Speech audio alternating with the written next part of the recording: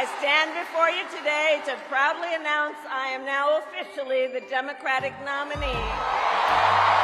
for President of the United States. In less than 48 hours after President Biden dropped out of the presidential race, Vice President Harris secured enough support to secure the Democratic nomination, propelling her not only to the top of her party, but into pop culture. Yeah, 360. When you're in the mirror, do you love what you see? You think you just fell out of a coconut?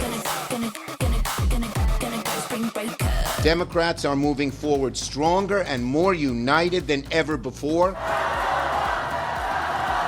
Kamala has the backing of every color, every nationality, everybody in the nation. She's also like a really dynamic candidate, especially for like younger people like us.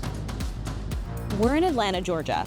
When President Biden was on the ballot, Democrats had basically conceded to losing the state. Now that it's Vice President Kamala Harris, Democrats say all 7 swing states are back in play.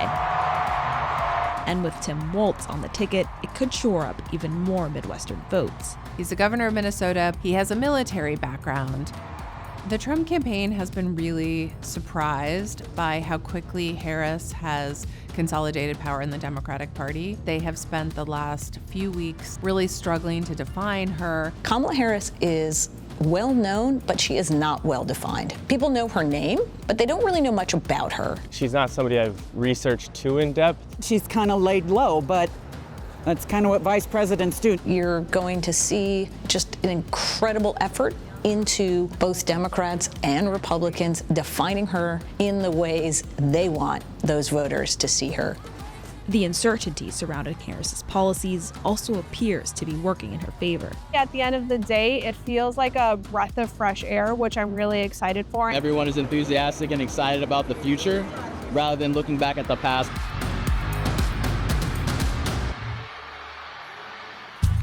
In Georgia, Trump and his allied super PAC have booked $14.7 million in advertising through the end of August, according to Ad Impact.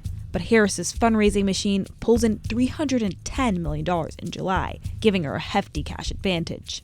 Her campaign claims grassroots donors accounted for much of the initial surge.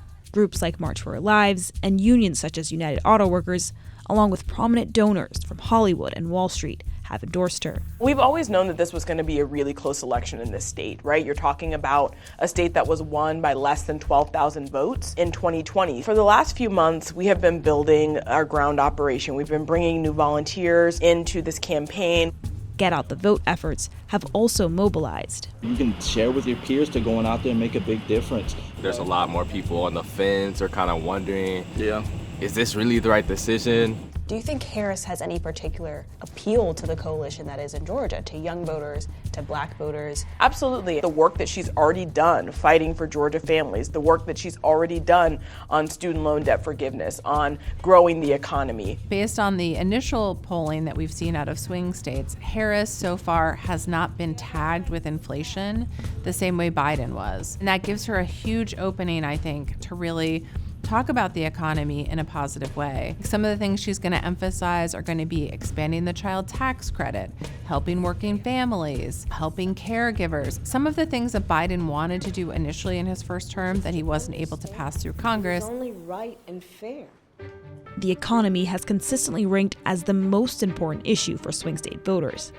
But for others, immigration and abortion are priorities. The Trump campaign is trying to paint Harris as the quote-unquote border czar. President Biden, early in his presidency, put her in charge of relationships with a bunch of the countries, south of the border to try to build up their economies and their political system and make them more stable so that migrants were less likely to leave those countries. It is certainly a very tall assignment and one that she couldn't necessarily succeed in just because you only have so much control over what other countries do. Harris has talked about how if she was elected, she would sign a border security bill into law. It actually was getting some traction on the Hill, but Donald Trump really made it clear to Republicans that he did not want this to be passed, and he effectively killed it from the outside. He wanted immigration to remain a political vulnerability for Democrats heading into November.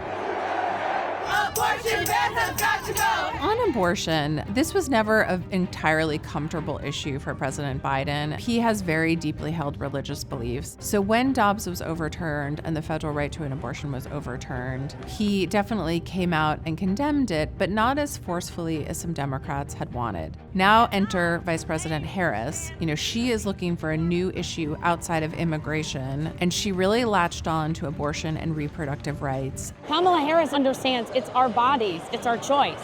Childcare, paid family leave, these are critical economic issues that families struggle with. There are states that are going to have initiatives on the ballot that will absolutely focus on access to abortion. Arizona being a really prime example of that. It's a battleground state. It's a state where you have a competitive Senate race. Both parties are really fighting for sort of the middle-aged suburban women vote, and having Harris be such a strong messenger on abortion really is going to give her a huge leg up over Trump with courting this voting bloc. I don't want someone else telling my daughter what to do with her body. As a dad, I want to be the only person that tells her what to do and then she'll ignore me. But as for somebody third party putting their beliefs, their attitudes on my kid, it's a breach of freedoms and it drags this country back. We choose freedom.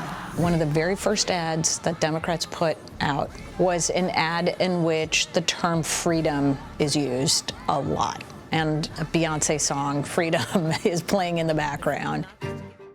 The message overall, not just being, this is about abortion rights.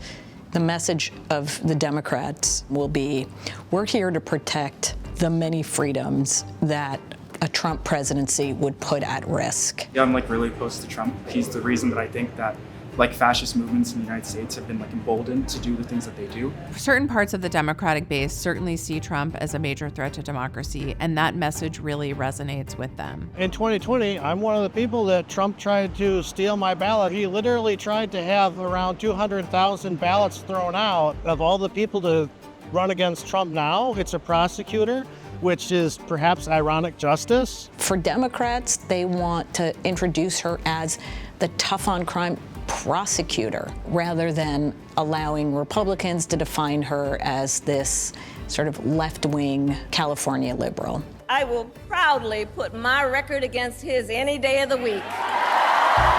Harris's record as a prosecutor sparked controversy in her first presidential bid. But now that she's up against Trump, a convicted felon, those criticisms have mostly faded. However, her campaign must still avoid repeating mistakes of the past. Her presidential run in 2020, I think, is interesting to talk about just because there offers some similarities to kind of what is happening now. People were extremely excited about her candidacy, but as she campaigned, her campaign staff was plagued by a lot of infighting. There were so many stories her first 2 years as vice president about staff turnover and sort of chaos in her office. I will say the last 2 years, she has a new chief of staff. The people around her have stayed much more constant, and I think she did find her footing as a vice president. Another hurdle, but also a potential asset, is the wide range of issues Democrats find most important. So part of Harris's challenge is uniting all of these different factions of the Democratic Party. I would like to see Harris's policies focus a little bit more on reducing income inequality in this country. With what's happening right now in Palestine, this is something that I can't vote for. We have to find new sources of clean energy. We have to get away from gasoline. I'm a type 1 diabetic and I struggled with paying for my insulin for years, so it's really important to me to see that we have policies in place to protect Americans with chronic illness. She can't tell people that inflation isn't real. She can't say that nothing on the border mattered, but she can re-energize and reframe the terms of the debate in a way that Biden was never going to be able to do.